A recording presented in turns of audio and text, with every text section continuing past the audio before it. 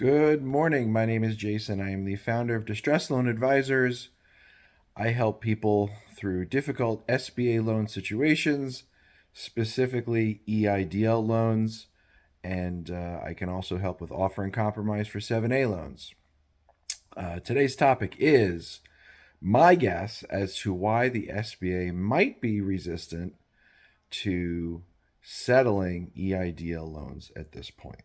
So I want to give you some pretty ugly statistics when it comes to EIDL loans that might give us a little bit of insight into why the SBA is hesitant to negotiate settlements with borrowers.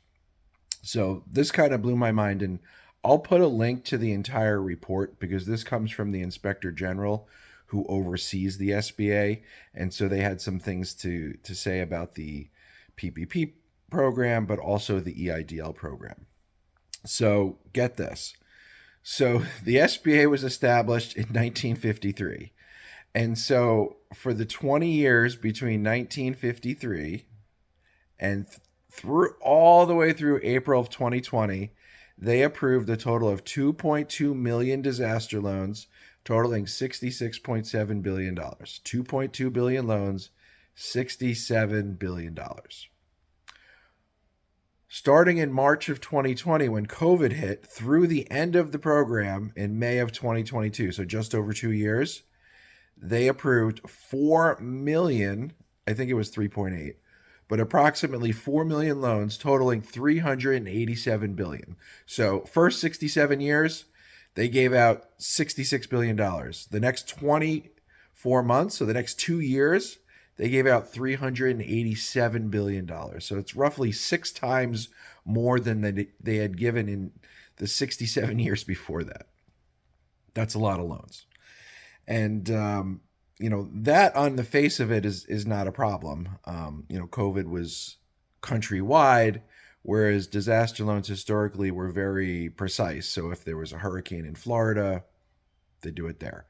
Wildfires in California, stuff like that. So it makes sense that since COVID was widespread, they were giving loans pretty much to everybody. So, but that's pretty mind-blowing to think that they basically give 6 times more dollars in a 2-year period than they had in the previous 67. But this is where it starts to get really, really ugly for the SBA. The Inspector General is estimating that of the 387 billion that they gave out, they have flagged 136 billion as potentially fraudulent. And I did another video about specifics of what they think was fraud and how they identified it. I'll put a link to that in the notes below. I'll also put a link to the Inspector General report, and I'll also put a link if you want to schedule time with me.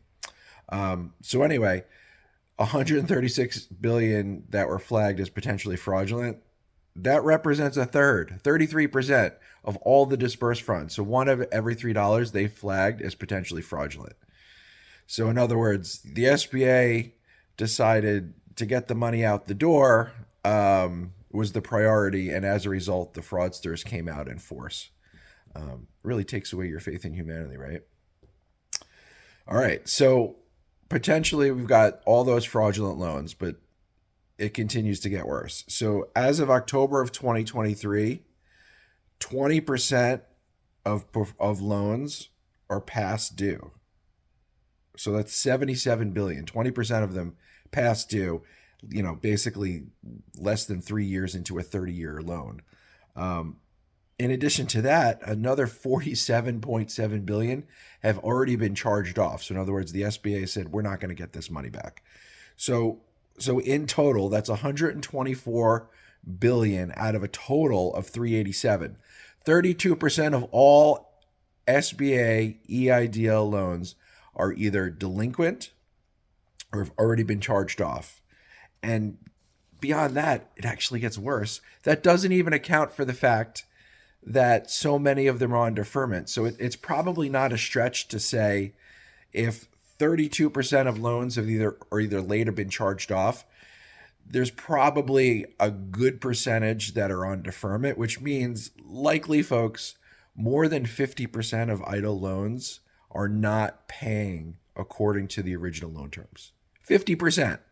And just to give you a little contrast, for my banking days, once a year we would sit down and set aside reserves for loan losses. And the number that they would typically use, the amount of their portfolio they would set aside for loan losses, 1%, which means the SBA is probably looking at 50 times that. More than 50% of these loans likely will not repay. That's unbelievable. And so this leads me to my conclusion.